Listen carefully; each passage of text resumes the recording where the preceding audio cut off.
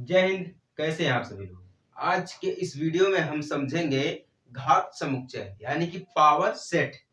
क्या power set? ऐसे तो हम लोग बहुत ही समझते हैं, सेट के बारे में हमने बहुत ही पढ़ा है, लेकिन ये जो घात समुच्चय होती है इसके बारे में अगर हम समझेंगे तो कुछ ज्यादा लंबी वीडियोस भी नहीं बनेंगी, छोटी वीडियोस रहेंगी। उसमें जितने भी कॉन्सेप्ट रहेंगे सब कुछ क्लियर हो जाएगा। छोटे वीडियो में जितना भी कॉन्सेप्ट रहेगा सब क्लियर हो जाएगा। बस लास्ट तक वीडियो में बने रहिए, देखते रहिए, समझते रहिए, पढ़ते रहिए साथ ही साथ। ठीक है, तो सबसे पहले हम समझेंगे सेट। सेट के बारे में जब हम सेट पढ़ रहे हैं तो सबसे पहले हम सेट के बारे में समझेंगे। ठीक है, सेट यानी कि जब दो अवयव आपस में मिलते हैं तब क्या होता है, हमारा है सेट होता है। दो अवयव यानी कि देखिए, दो अवयव यानी कि मान लीजिए ए और मान लीजिए क्या बी। ठीक है, जब दो अवयव ए और बी आपस में जब मिलते हैं तो हमारा वहां पे क्या बनता है, सेट बनता है। ठीक है, सेट सेट ठीक है, set is equal to A B. जब दो अवयव आपस में मिलते हैं तब हमारा वहां पे क्या बनता है, सेट बनता है। ठीक है, सेट हम ए भी मान सकते हैं, ए बी, या हम इसे मान सकते हैं 1 2 1 2 भी मान सकते हैं, ए या बी मान सकते हैं, दोनों में से कोई भी मान सकते हैं। अब बात यहाँ पे आ गई, आप तो सेट समझ गए, मतलब जब दो अवयव आपस में मिलते हैं तो क्या बनता है, हमारा सेट बनता है। लगभग में ये सभी लोग जानते हैं, लेकिन बहुत कम ही लोग जानते हैं कि घात समुच्चय कैसे होती है। ठीक है, घात समुच्चय, घात मतलब होती है इसकी जितनी घात रहेगी, मान लीजिए ए और बी की जितनी भी घात रहेगी उसी को हम कहते हैं क्या है, घात समुच्चय। यानी कि या इसका जितना भी हम इसे सबसेट बोल दें, मतलब ए और बी का जितना भी सबसेट होगा वो सब क्या होंगे, हमारे घात समुच्चय होंगे।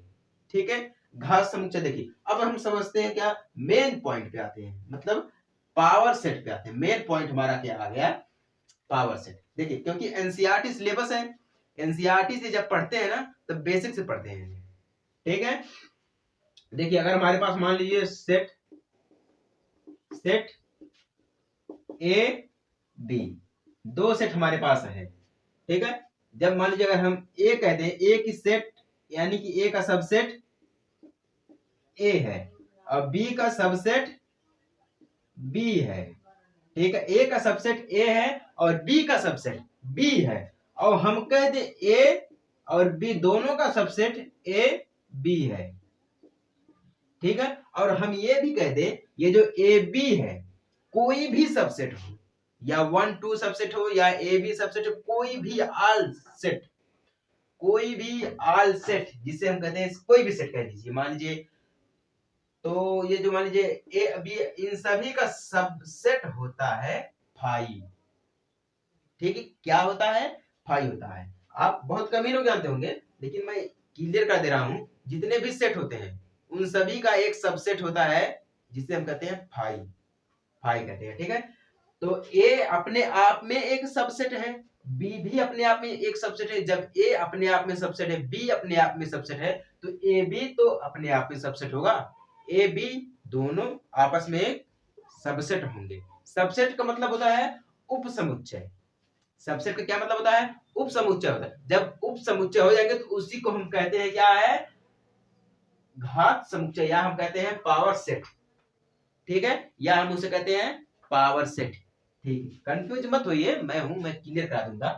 ठीक है, तो मतलब ये क्या हो गया, ए अपने आप में एक घात है, बी भी अपने आप में घात है, ए बी दोनों अपने आप में घात है, इन सभी का घात क्या हमारा है, 5 है। 5 मतलब जैसे कि एग्जांपल लीजिए, आप सोचते हैं कि मैं अपने आप में एक बहुत ही बड़ा इंजीनियर हूँ, कुछ भी मतलब आप अपने अंदर समझते हैं, जो भी समझते हैं तो क्या आप हो जाते हैं वो, ठीक ना, हो जाते हैं। जो भी आप सोचेंगे वो बन जाएंगे, बट आपको मेहनत करनी पड़ेगी, बिना मेहनत के आप नहीं बन पाएंगे। तो शायद हमें लगता है इतना तो क्लियर हो गया होगा कि आपको मतलब ये एनसीईआरटी में पावर ऑफ सेट यानी कि ए बी आपस में क्या होते हैं, एक सबसेट होता है। ठीक है, तो हम डिफिनेशन इसकी बता दे रहे हैं। ए, मान लीजिए ए, देखिए ए की पावर यानी कि एक, मान लीजिए सेट ए का उप समुच्चय हमेशा ही क्या होता है, घात समुच्चय होता है। मतलब ए जो अपने आप में एक सबसेट है तो उसी को हम क्या कहते हैं, घात समुच्चय यानी कि पावर सेट कहते हैं। तो इसी मतलब जो ए का जो उप समुच्चय उसी को हम क्या कहते हैं, पावर सेट कहते हैं, यानी घात कहते हैं।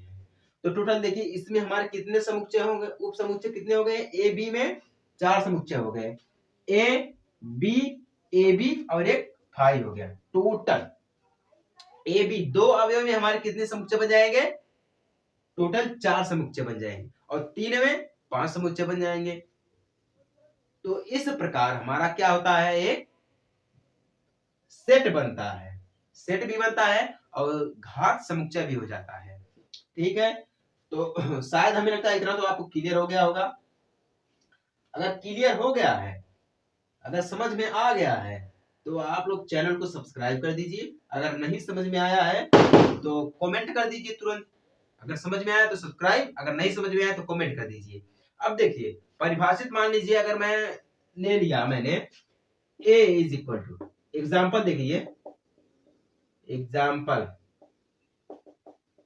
ठीक है, एग्जाम्पल मान लीजिए हमने एक सेट ले लिया a, इसमें हमने दिया 1 और 2, हमने इसमें 2 सेट ले लिए, ए और बी हमने क्या किया, इसमें 2 सेट ले लिए। ठीक है, अब इन सेट में हम इसे हम लिख सकते हैं, ए सेट को हम लिख सकते हैं पी ए, पी ए लिख सकते हैं, पी यानी कि अवयव, मतलब पी एक ए भी एक अवयव के रूप में ही लिखा जाएगा, इसे हम समझते हैं।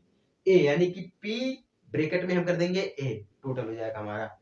ठीक है, और फिर हम इज इक्वल टू कर देंगे। अब इसमें हम देखेंगे इसमें कितने का, मतलब इसमें कितना हमारा घात समुच्चय यानी कि पावर सेट है, कितना इसमें हमारा सबसेट है। तो एक तो 1 अपने आप में भी एक है, तो मान लीजिए 1, 2 भी अपने आप में है, मान लीजिए 2। ठीक है, अब ये दोनों भी अपने आप में, दोनों एक साथ हैं तो दोनों अपने आप में मान लीजिए है, तो हमारा क्या हो गया 1 2। ठीक है, यहाँ तक क्लियर हो गया। अब इन सभी का एक सबसेट होता है जिसे हम क्या कहते हैं, 5। इन सभी का हो गया 5 हो गया, मतलब 1 2 3 4 कितने हो गए टोटल, 4 हो गए। तो हम टोटल जब 4 हो गए तब हम यहां लिख सकते हैं ए, यानी कि P A is equal to 4 लिख सकते हैं, या हम इसे 2 की पावर 2 भी कर सकते हैं, 2 की पावर 2 दो दो नहीं यानी 4 हो जाएगा।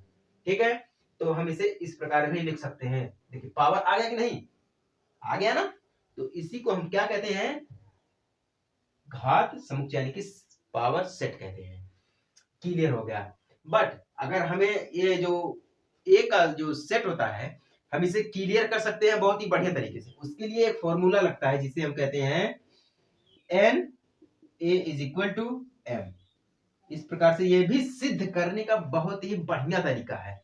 ये सिद्ध करने का क्या है, एक बहुत बढ़िया तरीका है, जिसे टोटल अगर हम इसे सिद्ध करना चाहें तो हम n इज इक्वल टू कर सकते हैं, या फिर हम एन पी करके हम ए कर सकते हैं। ठीक है, टोटल हम क्या लिख देंगे, 2 की पावर m लिख देंगे। ठीक है, 2 की पावर m लिख देंगे, बस हो गया हमारा।